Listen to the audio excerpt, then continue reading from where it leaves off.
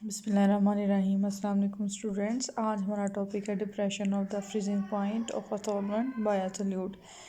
कहता है freezing point वो टेम्परेचर होता है जिसपे दो फिजिकल स्टेट्स जो है वो को एग्जिस्ट करती हैं, मतलब एक ही पॉइंट पर दोनों एग्जिस्ट कर रही होती हैं इक्विलिब्रियम में। वो कौन सी फिजिकल स्टेट हैं? Solid and the liquid. कहता है कि दूसरा हम ये भी कह सकते हैं कि जब सॉलिड का वेपर प्रेशर और लिक्विड का वेपर प्रेशर दोनों बराबर हो जाएं तो देन वो क्या कहलाता है? Freezing point. यानी वो पॉइंट जहाँ पर सॉलिड एंड जो लिक्विड स्टेट है दोनों का वेपर प्रेशर बराबर हो जाएगा, वो पॉइंट क्या कहलाएगा? Freezing point. डिप्रेशन मीन क्या होता है? कम हो जाना। यहाँ पर हम ग्राफ की मदद से समझते हैं। हमारे पास बेटा टेम्परेचर है ऑन एक्स एक्सिस और वेपर प्रेशर है ऑन वाई एक्सिस। होता ये है कि जो पहली कर्व आपको नज़र आ रही है ए और बी, ये कर्व बेटा सिर्फ प्योर सॉल्वेंट के लिए है। और मैंने आपसे कहा था कि जो प्योर सॉल्वेंट होता है उसका वेपर प्रेशर पी नोट होता है, यानी वो वेपर प्रेशर जो है वो हमेशा हाई होता है। जब बेटा हम सल्यूट ऐड करते हैं और सोल्यूशन बनता है तो उसका वेपर प्रेशर, चूँकि solute non volatile and non electrolyte होता है, इसलिए उसका वेपर प्रेशर कम से कम होता है। तो उसका वेपर प्रेशर क्या होता है? पी। इसलिए बेटा ये कर्व नीचे और ये कर्व ऊपर।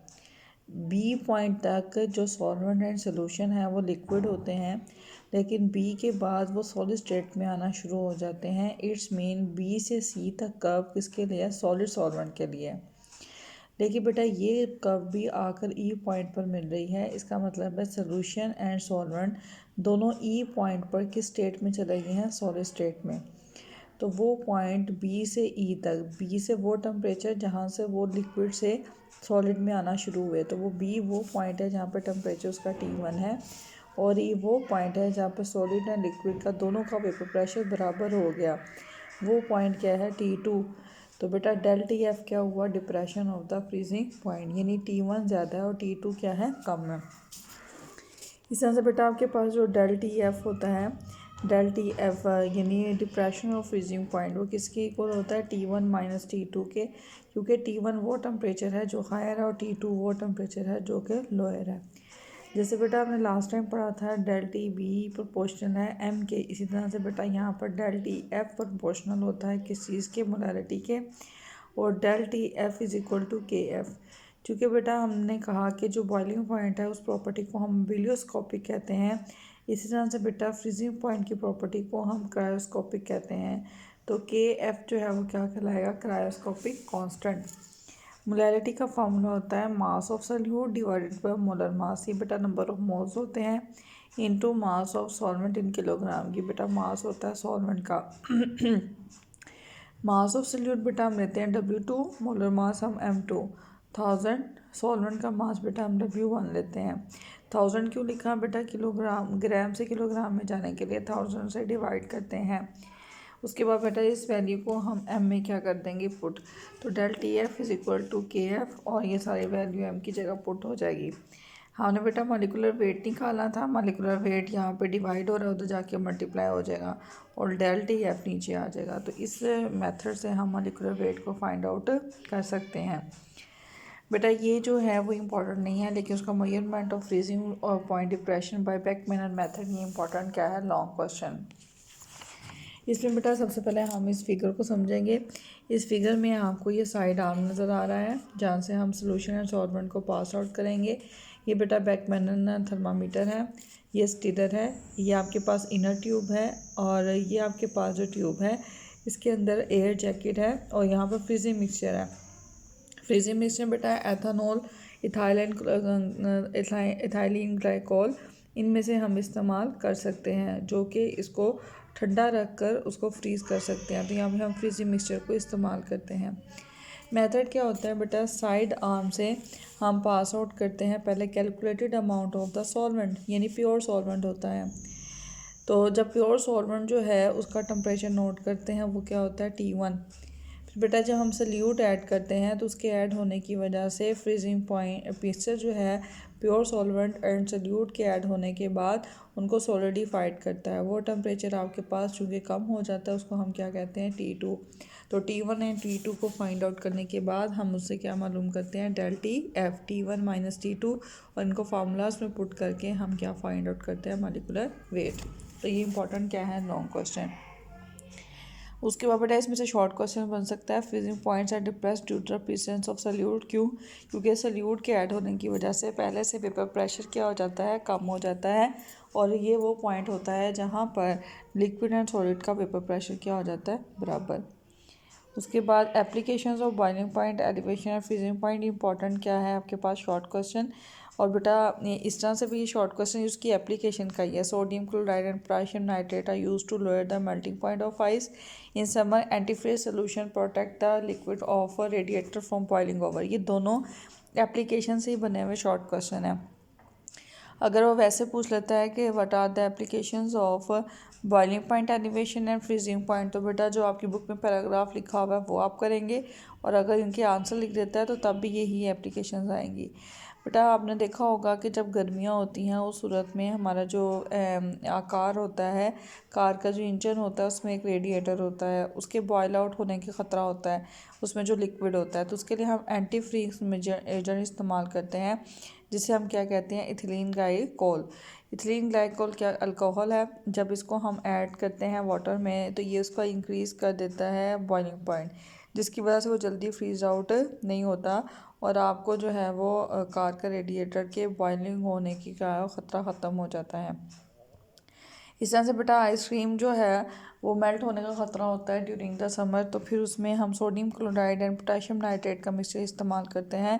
दोनों इलेक्ट्रोलाइट्स होते हैं, वो इलेक्ट्रोलाइट्स क्या करते हैं, वेपर प्रेशर जो है वो वाटर का पहले से कम कर देते हैं, जिसकी वजह से जो जल्दी जो है वो मेल्ट आउट नहीं होता, और उसको फ्रीज रखते हैं। इसलिए बेटा जो आइसक्रीम आपके घरों में सेल आउट करने के लिए बाहर आते हैं, उस मशीन में sodium chloride and potassium nitrate डाला जाता है ताकि वो मेल्ट ना हो। तो बेटा ये एप्लीकेशन शॉर्ट क्वेश्चन में आ सकती है। उसके बेटा energetics of solution justify the heat of solution, ये बेटा इंपॉर्टेंट नहीं है, लेकिन एनर्जेटिक्स क्या होता है, किसी भी सोल्यूशन के बनने के दौरान जो एनर्जी वो या एब्जॉर्ब होती है उसे हम उसकी क्या कहते हैं, एनर्जेटिक्स ऑफ सोल्यूशन। अब बेटा ये एनर्जी किस पर डिपेंड करती है, जो सोल्यूशन में बेटा सल्यूट एंड सॉल्वेंट ऐड होते हैं उनके दरमियान में डिस्टेंस कितना है, कितनी एनर्जी रिक्वायर्ड है, फोर्स ऑफ अट्रैक्शन स्ट्रॉन्ग है या वीक है। अगर बेटा वीक इंटरमॉलिक्यूलर फोर्सेस होंगी तो उसको तोड़ना आसान होगा, सोल्यूशन जल्दी बन जाएगा, और हीट क्या होगी, रिलीज़ होगी, यानी ये प्रोसेस क्या होगा, एक्सोथर्मिक। लेकिन बेटा अगर सल्यूट एंड सॉल्वेंट के दरमियान फोर्स ऑफ अट्रैक्शन जो है वो स्ट्रॉन्ग है तो डेफिनेट वीक है, तो फिर तो हीट जो है वो रिलीज़ होगी, और अगर स्ट्रॉन्ग है तो फिर एंडोथर्मिक प्रोसेस होगा। फिर बेटा डेफिनेशन आ जाती है, डिफाइन हीट ऑफ सोल्यूशन, वो हीट एनर्जी की क्वांटिटी जो एब्जॉर्ब या रिलीज़ होती है during a chemical reaction.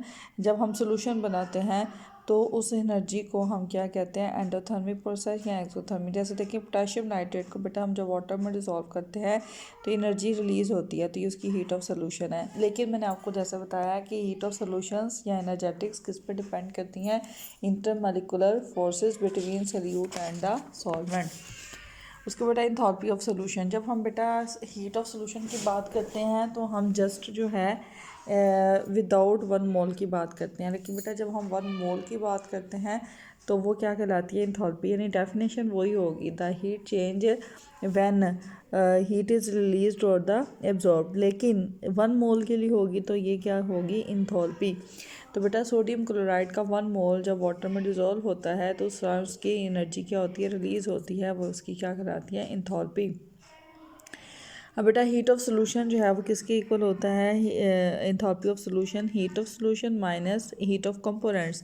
Components में क्या है, सॉलिड एंड सॉल्वेंट, उनकी जो अपनी हीट चेंज होता है उन सबको माइनस आउट करो तो आपके पास enthalpy change of the solution आता है।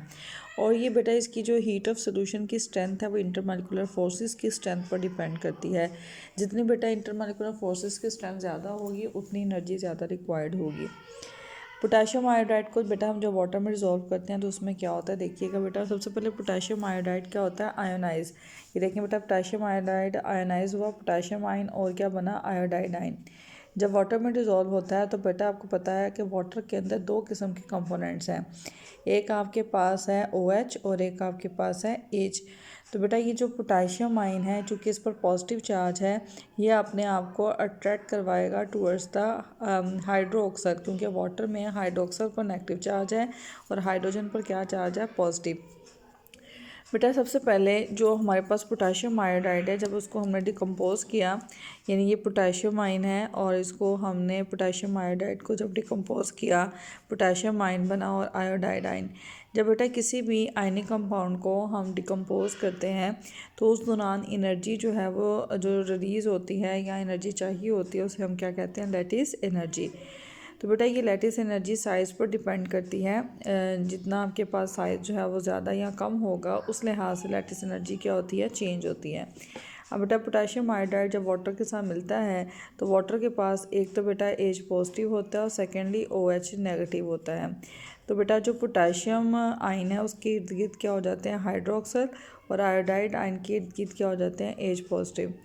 वो बेटा जो इनको आपस में सराउंड करने में हेल्पफुल साबित होती है कि आयोडाइड के इर्द गिर्द H पॉजिटिव और पोटाशियम आयोडाइड के नीचे हाइड्रोक्सल, वो एनर्जी क्या कहलाती है, हाइड्रेशन एनर्जी। और ये बेटा हाइड्रेशन एनर्जी डिपेंड करती है मास टू चार्ज वैल्यू पर। अब देखें बेटा चार्ज इस पर पॉजिटिव इस पर नेगेटिव है। साइज़, जैसे बेटा हमारे पास साइज़ जो है वो इंक्रीज़ या डिक्रीज़ होगा उस लिहाज से हाइड्रेशन एनर्जी क्या होगी, चेंज।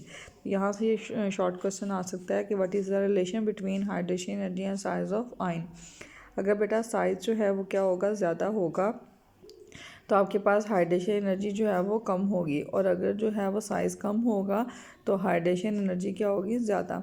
तो हाइड्रेशन एनर्जी जो है वो केटायन और एनायन के साइज़ पर डिपेंड करती हैं। जिसका साइज़ लार्ज होगा उसकी जो हाइड्रेशन एनर्जी है वो क्या होगी, कम होगी, और जिसका साइज़ कम होगा उसकी हाइड्रेशन एनर्जी क्या होगी, ज़्यादा।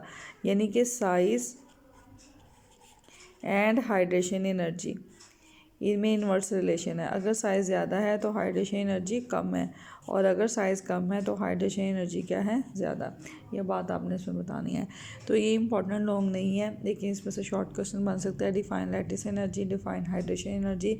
तो वाटर के इर्द गिर्द जब आयनिक कंपाउंड अपने आप को सराउंड करता है तो उस दौरान जो एनर्जी रिलीज़ या एब्जॉर्ब होती है वो हाइड्रेशन एनर्जी, और किसी भी आयनिक कंपाउंड को डिकम्पोज करने के लिए जो एनर्जी होती है वो लैटिस एनर्जी। और हाइड्रेशन एनर्जी किसके ऊपर डिपेंड करती है, साइज़ ऑफ आयन पर। जितना साइज़ ऑफ आयन ज़्यादा होगा हाइड्रेशन एनर्जी उतनी कम होगी, और जितना साइज़ जो है वो ज़्यादा होगा हाइड्रेशन एनर्जी उतनी कम, और साइज़ कम होगा तो हाइड्रेशन एनर्जी क्या होगी, ज़्यादा होगी। तो बेटा यहाँ तक हमारा जो है वो शामिल था सिलेबस में। हाइड्रेशन एनर्जी ना हाइड्रोलाइसिस शामिल नहीं है। ये बेटा आपके पास सॉल्व एक्सरसाइज के जो है वो MCQs हैं। फर्स्ट वन में बेटा आपके पास C ऑप्शन आएगा। उसमें रीज़न ये है कि 1000 ग्राम को हम 18 ग्राम पर डिज़ोल्व करते हैं तो 55.5 मोलैरिटी आती है। सेकंड में बेटा आपके पास आंसर आएगा 1/51। थर्ड वाला MCQs आपके सिलेबस में शामिल नहीं है, लेकिन उसका आंसर है B। फोर्थ वाले में C ऑप्शन है, more than that of the water. Fifth one है, it shows the positive deviation from the Raoult's law. Six में है, slightly more than total volume of the components. Seven में है, 5.85% sodium chloride. Eight में potassium, ये eighth वाली important MCQ है। Ninth वाला भी इंपॉर्टेंट MCQ है। 8 और 9 ज़्यादा पेपर में आता है, और फर्स्ट वन। उसके बाद बेटा एक्सरसाइज के जो क्वेश्चन है वो हम अभी डिस्कस करेंगे डिस्कशन क्लास में। ओके बेटा, अल्लाह हाफ़िज़।